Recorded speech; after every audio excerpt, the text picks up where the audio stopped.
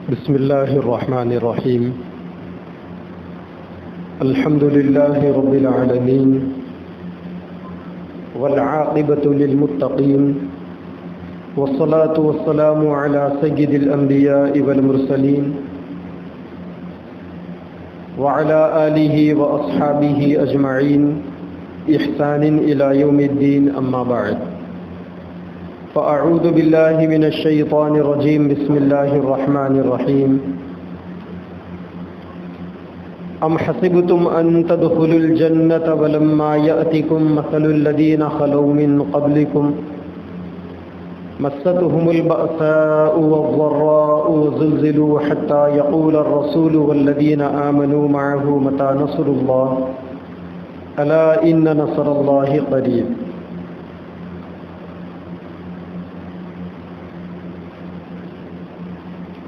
قرآن مجید کے دوسرے پارے کی یہ ایک اہم آیت ہے جو ابھی آپ کے سامنے تلاوت کی گئی ہے. اس آیت شریفہ کے اندر اللہ تبارک و تعالی مسلمانوں سے خطاب کرتے ہوئے فرما رہے ہیں کہ کیا تمہارا یہ خیال ہے کہ تم جنت میں داخل کر دیے جاؤ گے جبکہ تمہارے پاس پہلے جیسے لوگوں کی آزمائشیں اب تک آئی نہیں.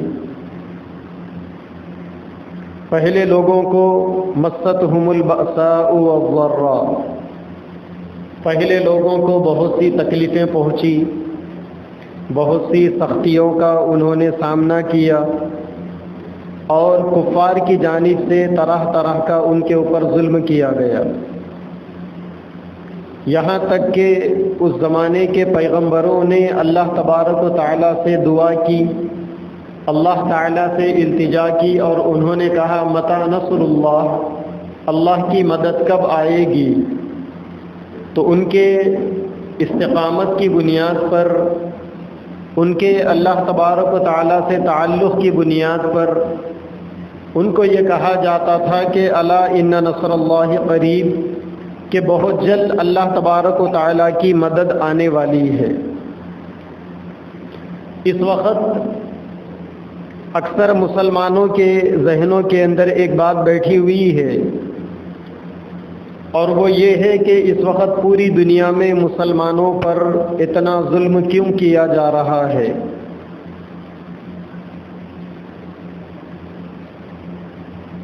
وہ ڈبے ادھر لگانے کا تھا، آواز ریورس ماری نہیں، پڑھا تو باہر جانی تو جانے دو، ویسے بھی کولروں کی آواز میں کسی کو کیا سنائی دیتا ہوں. اکثر مسلمانوں کے ذہنوں کے اندر یہ سوال ہے کہ مسلمانوں پر ظلم کے پہاڑ کیوں توڑے جا رہے ہیں، اور مسلمانوں کو ظلم کی چکی میں کیوں پیسا جا رہا ہے، اور آئے دن مسلمانوں کے اوپر اتنے سنگین کیوں ہو رہے ہیں، اتنے برے حالات مسلمانوں کے اوپر کیوں آ رہے ہیں. یہ ہر مسلمان کے ذہن کے اندر ایک سوال ہے کہ اللہ تبارک و تعالیٰ نے مسلمانوں کی مدد کا وعدہ کیا تھا، لیکن آج مسلمانوں کو اللہ تعالیٰ کی مدد کیوں نہیں ملتی؟ کیا وجہ ہے کہ آج مسلمان اللہ تبارک و تعالیٰ کی مدد سے محروم ہے؟ یہ ایسا سوال ہے جس کے جواب کے اوپر ہم سب مسلمانوں کو غور کرنے کی ضرورت ہے، دیکھنے کی ضرورت ہے کہ واقعی ہم مسلمانوں کے اوپر ایسے حالات کیوں آ رہے ہیں. ابھی آپ نے دیکھا گزشتہ 4 روز پہلے کرناٹک کی ہائی کورٹ نے حجاب کے سلسلے میں ایسا گھٹیا فیصلہ سنایا جس فیصلے کو یقیناً کسی درجے میں بھی قبول نہیں کیا جا سکتا. اور گزشتہ دنوں میں میڈیا کے اوپر ایک نئی آنے والی فلم کا بہت چرچا چل رہا ہے، کشمیری فائلز کے نام سے. انشاءاللہ آج رات کے بیان میں اس کے اوپر تفصیل سے بات ہوگی ابھی اس کے اوپر بات کرنے کا ارادہ نہیں ہے، رات میں انشاءاللہ تفصیل سے اس سلسلے میں بات کریں گے۔ تو مسلمانوں کے ذہنوں کے اندر یہ بات ہے، یہ سوال ہے کہ مصیبتیں کیوں آ رہی ہے، پریشانیاں کیوں آ رہی ہے، ظلم ہم پر اتنا کیوں ہو رہا ہے، ہمیں کیوں ڈرایا جا رہا ہے، ہمیں کیوں مارا اور پیٹا جا رہا ہے، اور ہمیں کیوں نشانہ بنایا جا رہا ہے۔ یہ ایسے سوالات ہیں جو ہر مسلمان کے دماغ کے اندر گونج رہے ہیں۔ تو ہم مسلمانوں کو ایک بات ہمیشہ یاد رکھ لینی چاہیے، اللہ تعالیٰ نے دنیا کے حالات کا دار و مدار ہم مسلمانوں کے اعمال کے اوپر رکھا ہے۔ اگر مسلمانوں کے اعمال درست ہوں گے تو مسلمانوں کے اوپر آنے والے حالات بھی اچھے ہوں گے، اور اگر مسلمانوں کے اعمال بگڑ جائیں گے تو پھر مسلمانوں کے اوپر آنے والے حالات بھی خراب ہوں گے۔ اس وقت اگر ہم اپنے گریبان کے اندر جھانکیں اور ہم اپنے آپ کو ٹٹولیں، ہم اپنے اعمال کا جائزہ لیں، تو ہم میں سے ہر آدمی اگر غور کرے گا تو یہ چیز بخوبی پائے گا کہ مسلمان ایک قوم ہونے کی حیثیت سے بہت ساری برائیوں کے اندر ملوث ہے، مسلمان بہت سارے گناہوں کے اندر گرفتار ہے۔ کوئی ایک آدھ غلطی ایسی نہیں ہے ہم لوگوں کی کہ جس کی وجہ سے آج پوری دنیا میں ہمارے اوپر حالات آ رہے ہیں، بلکہ ہم میں سے ہمارا پورا معاشرہ، ہماری پوری کمیونٹی ایسی غلطیوں کا شکار ہے کہ ان میں سے ایک ایک غلطی ایسی ہے جو اللہ تبارک و تعالیٰ کے غضب کو دعوت دینے کے لیے کافی ہے۔ جیسے مثال کے طور پر مسلمانوں میں آپ دیکھیں عبادت کا شوق ختم ہو گیا، ہم لوگوں کو عبادتوں میں دل نہیں لگتا، ہم نہیں چاہتے کہ اپنی زندگی عبادت والی زندگی گزاریں۔ ہم یہ سمجھتے ہیں کہ عبادت کی زندگی کا تعلق مسجد کے ماحول سے ہے، مسجد میں آنے سے ہی عبادت ہوتی ہے، مسجد کے باہر نکلنے سے عبادت کا ماحول ختم ہو جاتا ہے۔ حالانکہ ایسی بات نہیں ہے۔ اللہ تعالیٰ نے ہمیں جو دین دیا ہے، اگر آدمی اس دین کے اوپر کوئی عمل کرے تو کوئی دھوبی رہ کر لوگوں کے کپڑے دھوتے ہوئے بھی عبادت کر سکتا ہے، کوئی حجام رہ کر لوگوں کے بال کاٹتے ہوئے بھی عبادت کر سکتا ہے، کوئی موچی بن کر لوگوں کے جوتے سیتے ہوئے بھی عبادت کر سکتا ہے، کوئی اگر بزنس مین ہے تو وہ تجارت کرتے ہوئے بھی عبادت کر سکتا ہے، کوئی اگر لیبر ہے، مزدور ہے، تو وہ مزدوری کرتے ہوئے، لیبری کرتے ہوئے بھی عبادت کر سکتا ہے۔ اللہ تعالیٰ نے عبادت کے میدان کو بہت وسیع کیا، بہت پھیلا کر رکھا۔ عبادت کس کا نام ہے؟ عبادت نام ہے 24 گھنٹے کی زندگی اللہ کے مرضی کے مطابق گزارنے کا۔ آپ دکان میں بیٹھے ہوئے ہیں، کاروبار آپ کا چل رہا ہے، آپ کی زبان پر سچائی ہے، آپ جھوٹ نہیں بولتے، اور آپ لوگوں کے ساتھ امانت داری کے ساتھ پیش آتے ہیں، ڈنڈی نہیں مارتے، تو آپ عبادت کر رہے ہیں۔ دنیا تو یہ کہہ رہی ہے کہ آپ تجارت کر رہے ہیں، لیکن اسلام یہ کہہ رہا ہے کہ اس حال میں بھی آپ عبادت کر رہے ہیں۔ ایک آدمی کھیتی باڑی کر رہا ہے، زبان پر ذکر ہے، اور وہ اللہ تبارک و تعالیٰ کے فیصلوں سے راضی ہے۔ اللہ کے فیصلے کیا ہے؟ کبھی ہوائیں چلتی ہیں، طوفان چلتے ہیں، کھیتی باڑی میں نقصان ہو جاتا ہے، آدمی کوئی شکوہ شکایت نہ کرے، اللہ سے راضی رہے۔ کبھی بہت زیادہ بارش ہوتی ہے، کبھی اولے برستے ہیں، برف باری ہوتی ہے، کھیت اجڑ جاتا ہے، اس سے آدمی اللہ سے راضی رہے۔ کبھی قحط پڑ جاتا ہے، پانی کا مسئلہ پیش ہوتا ہے، آدمی اللہ سے راضی رہے، اللہ سے مدد مانگتا رہے اور اپنی کھیتی باڑی میں لگا رہے، یہ بھی عبادت ہے۔ تو ہم نے عبادتوں کو مسجدوں کے حد تک خاص سمجھ کر رکھا ہے، حالانکہ عبادت کا تعلق صرف مسجد سے نہیں ہے، عبادت انسان ہر حال میں کر سکتا ہے، اور اگر آدمی چاہے تو 24 گھنٹے عبادت کر سکتا ہے۔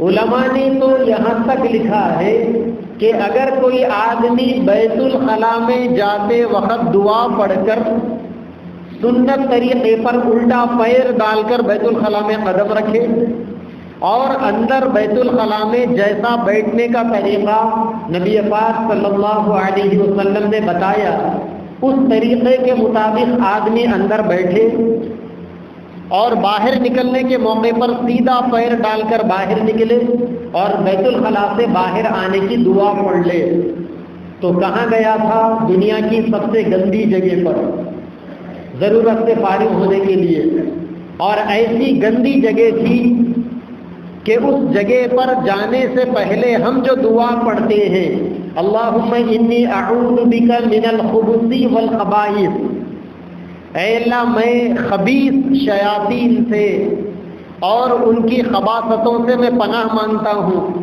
یہ دعا پڑھ کر آدمی بیت الخلا میں جاتا ہے، گندی جگہ، لیکن گندی جگہ آپ سنت کے مطابق عمل کرتے ہوئے گئے اور سنت کے مطابق آپ عمل کرتے ہوئے باہر آئے، اور اندر آپ جتنی دیر بیٹھے ہمارے نبی نے بیٹھنے کا جو طریقہ بتایا اس طریقے پر عمل کرتے ہوئے، تو علماء نے لکھا ہے کہ جتنی دیر آدمی بیت الخلا جا کر واپس آئے گا اتنی دیر بھی اس کو عبادت کا ثواب ملتا رہے گا۔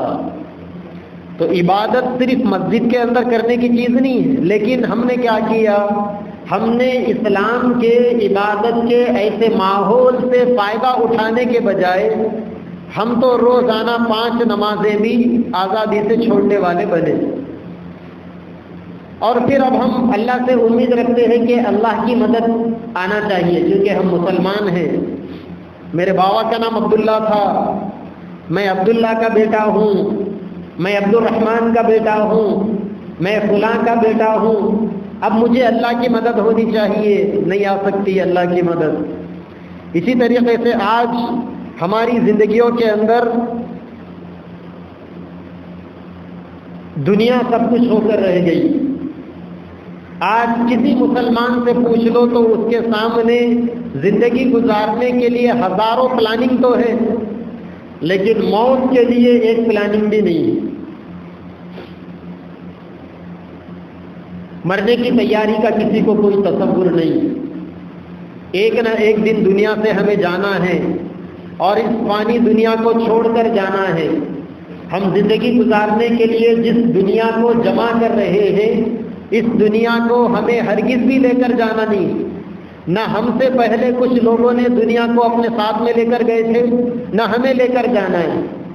سکندر بادشاہ جس نے پوری دنیا پر حکومت کی تھی، اس نے وصیت کی تھی کہ میرے جنازے کے موقع پر میرے ہاتھوں کو جنازے کفن سے باہر نکال دینا، تاکہ قیامت تک آنے والے دنیا کو یہ میسج مل جائے کہ جس بادشاہ نے پوری دنیا پر حکومت کی وہ دنیا سے جاتے وقت اس کے ہاتھ خالی تھے، وہ کوئی چیز اپنے ساتھ لے کر نہیں جا رہا تھا۔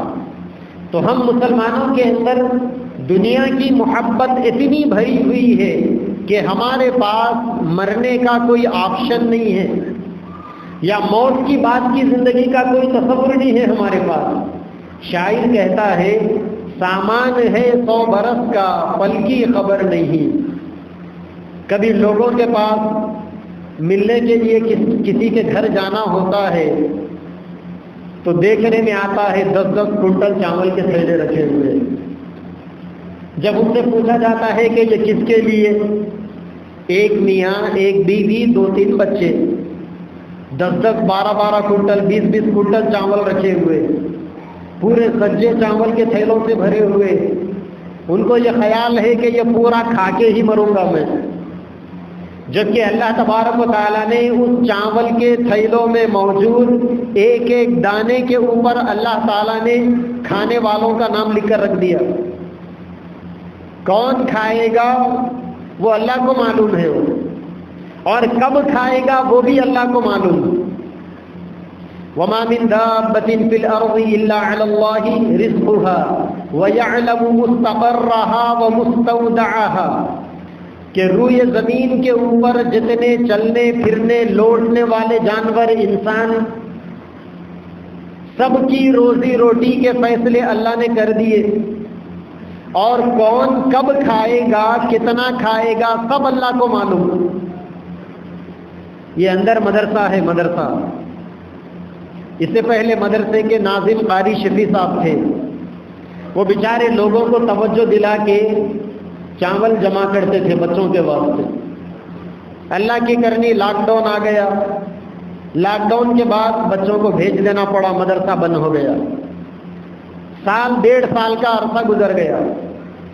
اب اس کے بعد کمیٹی والوں کو خیال آیا کہ کھانے والے تو کوئی ہے نہیں، اب وہ چاول رہ کے کیڑے کھا جا رہے ہوں، لہذا کم سے کم ان چاولوں کو صحیح جگہ پر استعمال کرنا چاہیے۔ اب انہوں نے چاول نکالے تو بہت سارے تھیلوں میں کیڑے بھرے ہوئے تھے، بہت سارا چاول کیڑوں نے کھا کر گلا دیا تھا، لیکن بہت سارا بچ بھی گیا تھا۔ اب وہ جو چاول بچ گیا تھا مشورہ ہوا کہ اس کو بیچ کر اس کے پیسے مدرسے میں استعمال کریں گے، اب وہ چاول بیچ دیا گیا۔ اب آپ مجھے بتائیں، 1.5-2 سال پہلے چاول آئے مدرسے کے بچوں کے لیے، 1.5 سال تک چاول رہے، کچھ کیڑوں کی قسمت کے تھے کیڑوں نے ہضم کر دیا، اور جو دوسروں کی قسمت کے تھے اللہ نے ایک ایسا نظام بنایا، کچھ لوگوں کے دلوں میں اللہ نے بات ڈالی، پھر انہوں نے اس کو سیل کیا، وہ جس کی مقدر میں تھا وہ اپنے گھر لے جا کر پکا کر کھایا۔ یہ ہے اللہ کا نظام۔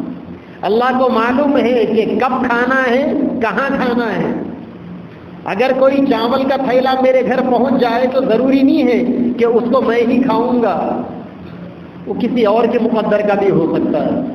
تقدیر تو اللہ تبارک و تعالیٰ نے ہماری دنیا کے اندر ایسی رکھ دی، لیکن ہم کیا ہے، اپنے آپ کو کھانے کھلانے کے اندر اتنا کھپاتے ہیں، اللہ کی پناہ کوئی انسان تصور نہیں کر سکتا۔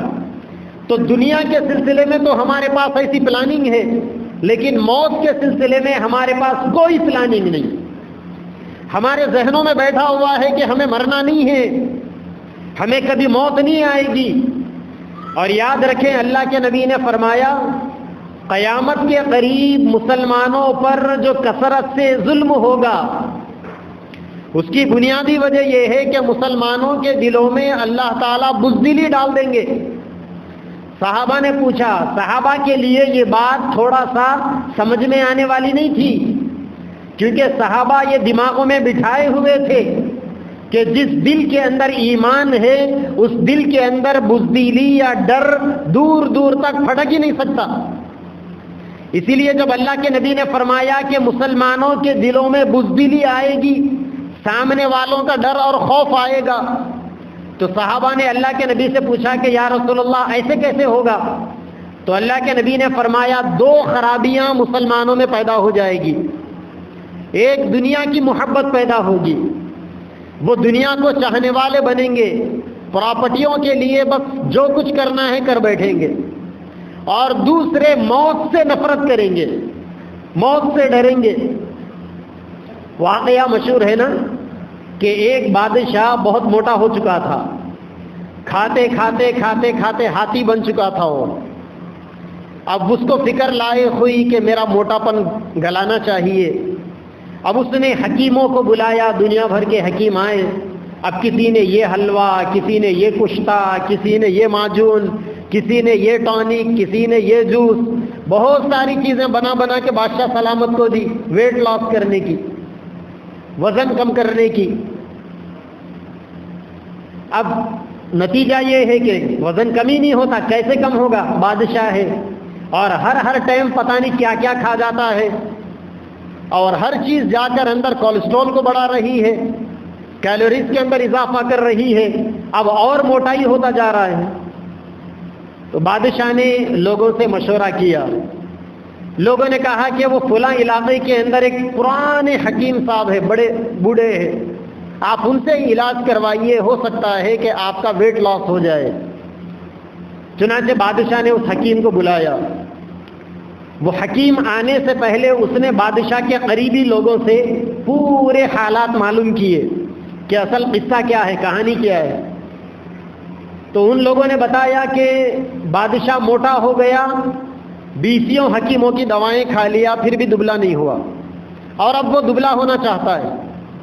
تو وہ حکیم صاحب تجربے والے تھے، انہوں نے کہا اچھا تو اس موٹے کا علاج حلوے کے اندر تو نہیں ہے، اس کا علاج دواؤں میں تو نہیں ہے، اس کے لیے دوسری دوا استعمال کرنی پڑے گی۔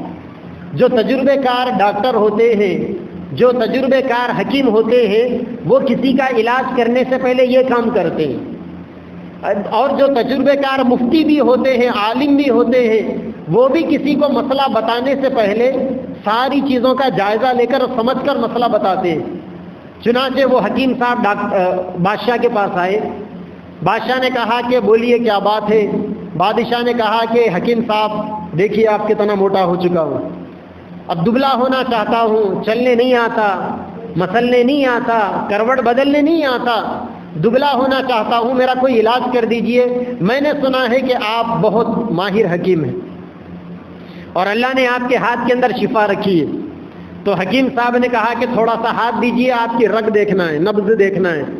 چنانچہ حکیم نے دیکھا، دیکھ کر کہا کہ ٹھیک ہے بادشاہ سلامت، میں آپ کو دوائی تو دے دوں گا، لیکن کیا فائدہ، آپ کی زندگی کے صرف 30 دن باقی ہے، 1 مہینے کے بعد آپ ویسے ہی مرنے والے ہیں۔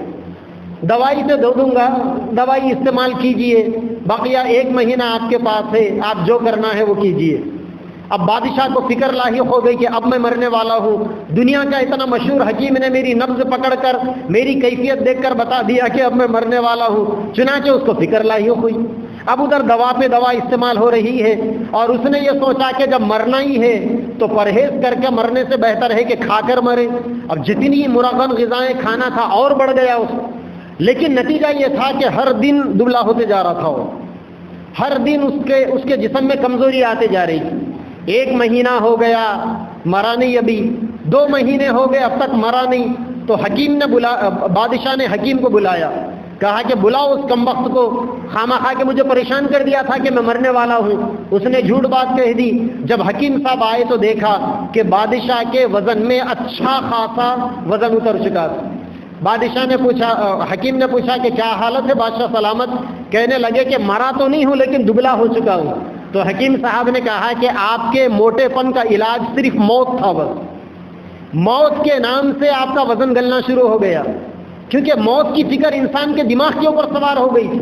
اللہ کے نبی نے ہم مسلمانوں کو فکر آخرت دیا، ہر عمل آخرت میں اللہ کے سامنے جواب دینے کے تصور کے ساتھ زندگی گزارنے کی ایک تھیوری اللہ کے نبی نے ہمیں پیش کی تھی، لیکن ہم نے دنیا کی زندگی موت کے تصور کے بغیر گزارنے کی عادت ڈال لی، اور آج ہم یہ سمجھتے ہیں کہ بس جو بھی ہے دنیا کی زندگی اتنی ہے، لہذا نہ فائٹ کرنے کا ہمارے اندر مادہ پیدا ہو رہا ہے، نہ حالات کا ڈٹ کر مقابلہ کرنے کا ہمارے اندر مادہ ہو رہا۔ پورے 20 کروڑ مسلمان ہیں دیش کے اندر، اور سب کے اندر ایسی بزدلی ہے، جب کچھ ہوتا ہے تو کچھ کرتے نہیں، اور جب کچھ ہو جاتا ہے تو جھوٹے نعرے لگاتے ہیں، یا اسٹرائک کرنے کے لیے بیٹھ جاتے ہیں، یا ایک آدھ دن کا بند مناتے ہیں، اور یہ سمجھتے ہیں کہ ہم مسلمان ہیں اور ہم نے اپنی ذمہ داری پوری کر لی۔